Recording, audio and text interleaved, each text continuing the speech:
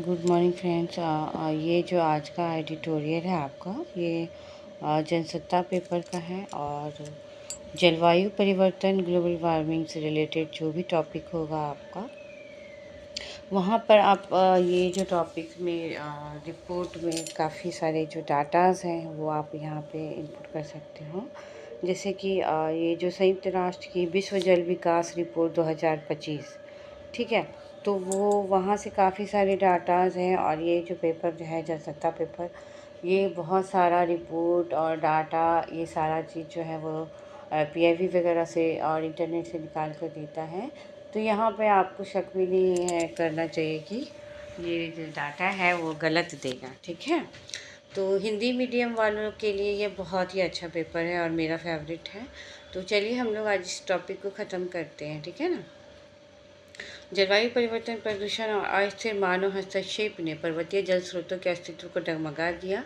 संयुक्त राष्ट्र की विश्व जल विकास रिपोर्ट 2025 जो है, इसके ऊपर गहरी चिंता बना रही है कि धरती के पर्वत जिन्हें हम देखते हैं वो सबसे बड़े जल भंडार है, जो ग्लेशियर है हमारा, वो पिघल रहा है। रिपोर्ट में ये चेतावनी भी दिया गया है, पर्वतीय जल स्रोत दुनिया के ताज़े पानी का 60% उपलब्ध कराता है। ये डाटा आप नोट करना, 60%। ओके, हमारी आंखों के सामने ये पिघल रहा है। ये केवल एक वैज्ञानिक कथन नहीं है, बल्कि उन करोड़ों लोगों के भविष्य का सवाल है जिनकी आजीविका और अस्तित्व इसी पर निर्भर है। संयुक्त राष्ट्र की यह रिपोर्ट उस सच से रूबरू कराती है जो अक्सर नज़रों से ओझल होता है, जिस पर हम ध्यान नहीं देते हैं।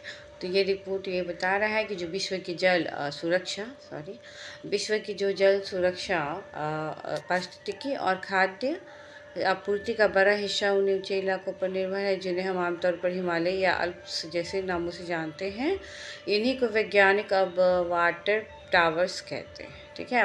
इन्हीं को वैज्ञानिक अब वाटर टावर्स कहते हैं, यानी ऐसे जल स्तंभ जो पृथ्वी को जीवन देते हैं। यह कोई रूपक नहीं बल्कि ठोस वैज्ञानिक सच्चाई है। ऊंचाई पर जमा बर्फ और हिमनद केवल पहाड़ों की शोभा नहीं, बल्कि नदियाँ, झरना और भूजल के रूप में जीवन की धारा बहाने वाले स्रोत हैं, ठीक है।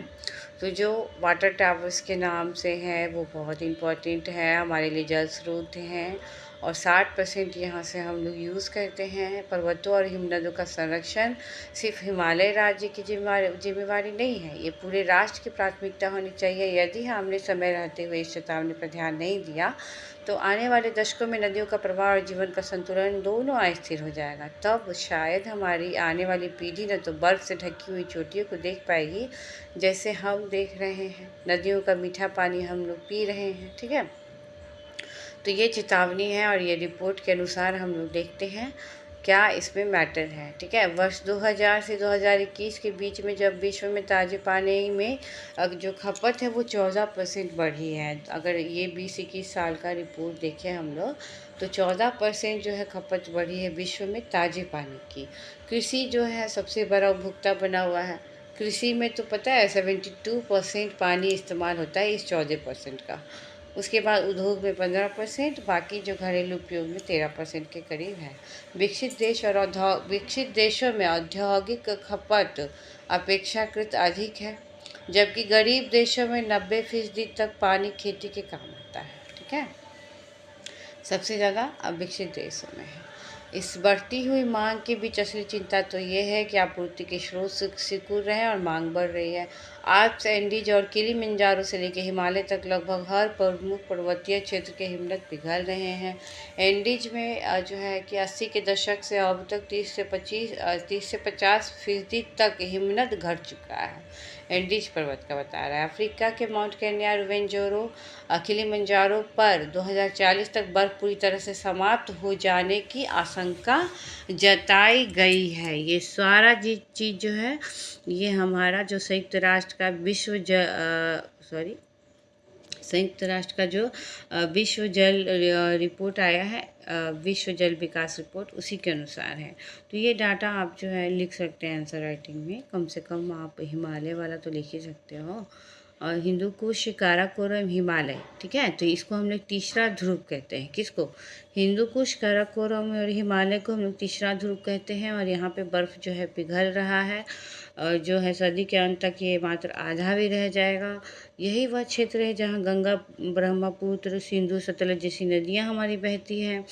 ये जो क्षेत्र है तीसरा ध्रुव जिसको हम लोग कह रहे हो ना, तो 1.65 अरब लोगों को ये पानी देता है।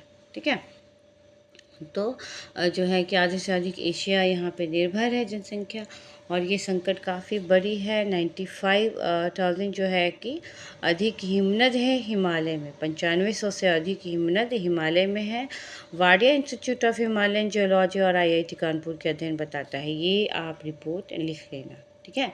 अब पूरा पेपर लिखने की आवश्यकता नहीं है, जो होता है आप समझ गए हो। आप ना सिर्फ ये रिपोर्ट जो है क्या लिखता है वो डाटा आप लिख लेना, ठीक है। तो जो Wadia institute of Himalayan geology IIT Kanpur का अध्ययन ये बताता है कि 3 दशकों में ये हिमनद जो है सालाना 15 से 20 मीटर घट रहा है। 3 दशक में इन हिमनदों का 15 से 20 मीटर तक घट रहा है हर साल, ठीक है।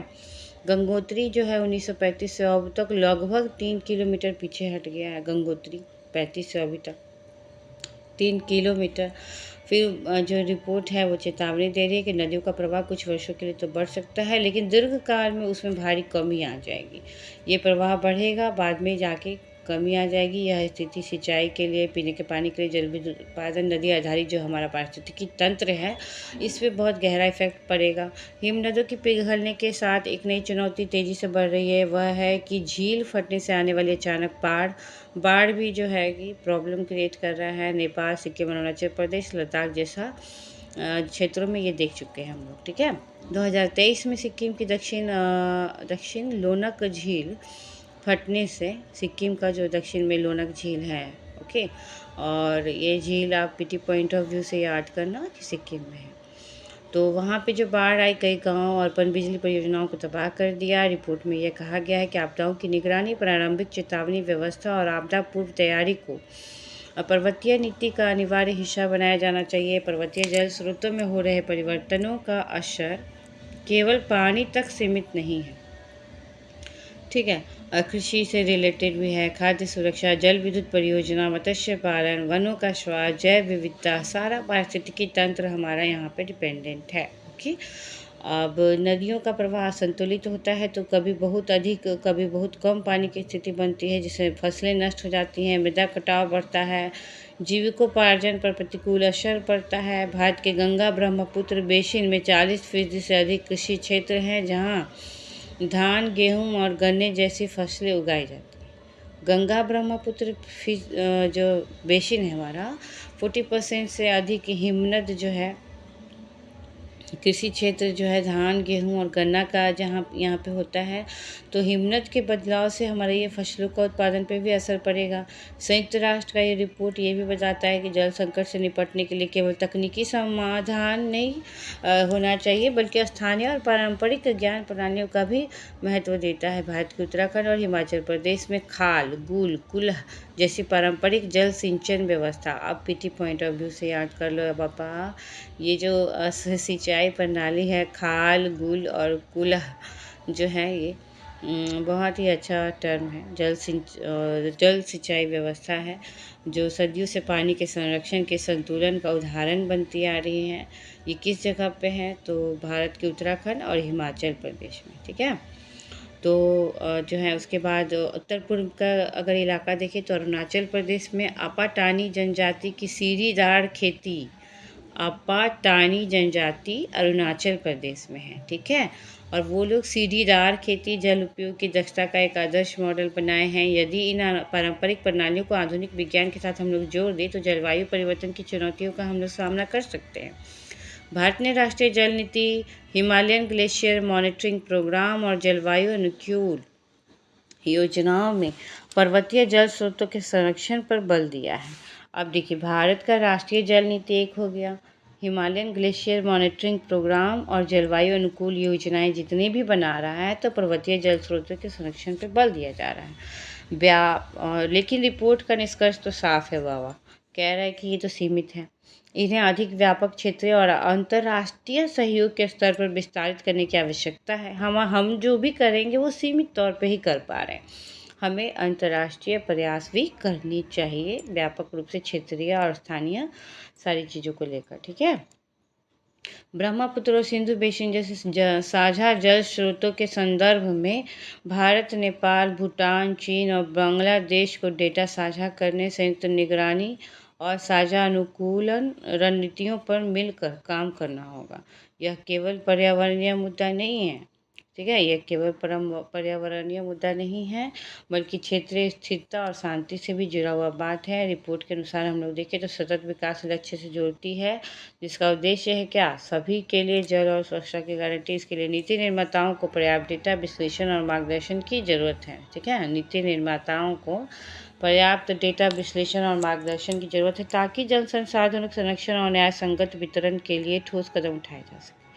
रिपोर्ट में कहा गया है कि जो कुछ पहाड़ों में होता है वह यह नहीं रुकता, इसका असर हम सब पे पड़ता है। भारत जैसे देश के लिए, जहां आधी से अधिक आबादी हिमालयन जल स्रोत पर निर्भर है, यह चेतावनी भविष्य की नीति और आज के निर्णय दोनों को तय करने वाली है।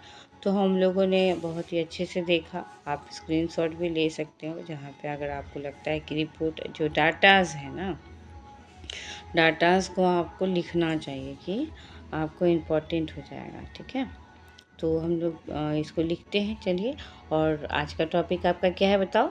जलवायु परिवर्तन। जलवायु परिवर्तन से रिलेटेड जो भी प्रश्न आपका आया है पीसीएस में, यूपीएससी में, उसको आप आज ही लिख डालो। ठीक है, चलो हम लोग कल मिलते हैं। Okay, bye.